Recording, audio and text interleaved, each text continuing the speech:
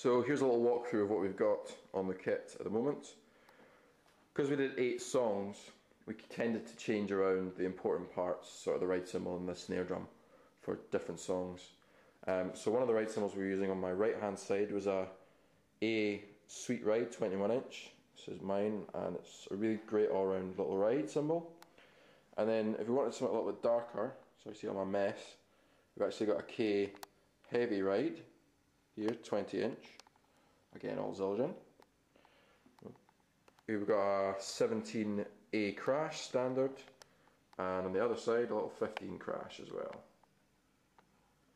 On here we've got 2 splashes, both 8 inches. We've got an 8 inch K and an 8 inch Evadis. Very different pitches actually, which makes sort of melodic, my bad attempt at Gavin Harrison, really quite easy.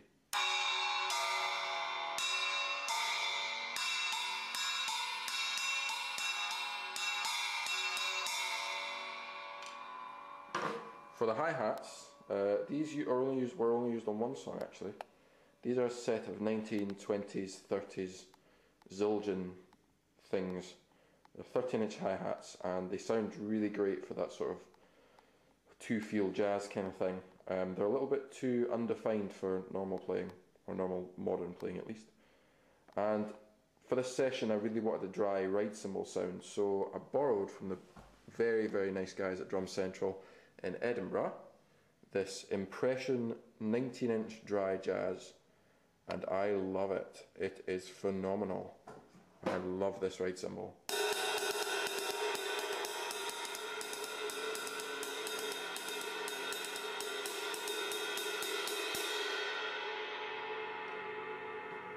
So much fun to play, and actually there's not a lot of overtones, although it sounds like that. When you're playing with a kit you kind of get that really dry 50s smoky jazz sound, which is great for loads of different things.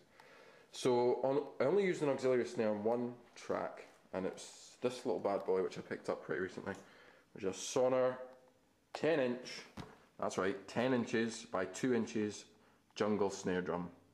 And we were playing a sort of an Indian inspired fusion jam thing, which is quite weird and quite difficult to play, or tricky to follow at least. And I used it with the snares off with hot rods actually, and it sounded really cool. It's just a bit almost percussive vibe. The jingles there really add to the texture as well. Main snare for this project is a refurbished drum that I've got actually from a friend of mine called Jack Camaletto of Camaletto Drums. Check them out. This is an old Premier Shell 14 by 5.5 I think, Beach maybe, and it was in really bad nick, so he did it up for me, did a really nice finish on it, and threw a big nice wood hoop, which is great because we were doing a bit of bossa and Latin kind of stuff, so the rim clicks really came out.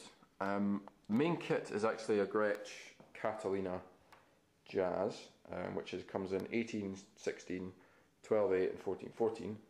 I added my 10 by 8 Tama Star Classic tom and tried to get them tuned a little bit close to each other. That's what Moonjail like. After a session they tend to be out of tune a wee bit. And then we've just got Power Stroke 3 on the bass drum. In terms of mics, we've got a pretty standard setup, 57 on top, and a Bayer Dynamic condenser on the bottom of the snare, which I cannot see at the moment. There we go. I'm not entirely sure what this one is. We have on the auxiliary snare another 57, a set of 414 on the hi-hats. The other hi-hats, by the way, were a set of pasty not giant beats, I think flat hats or something.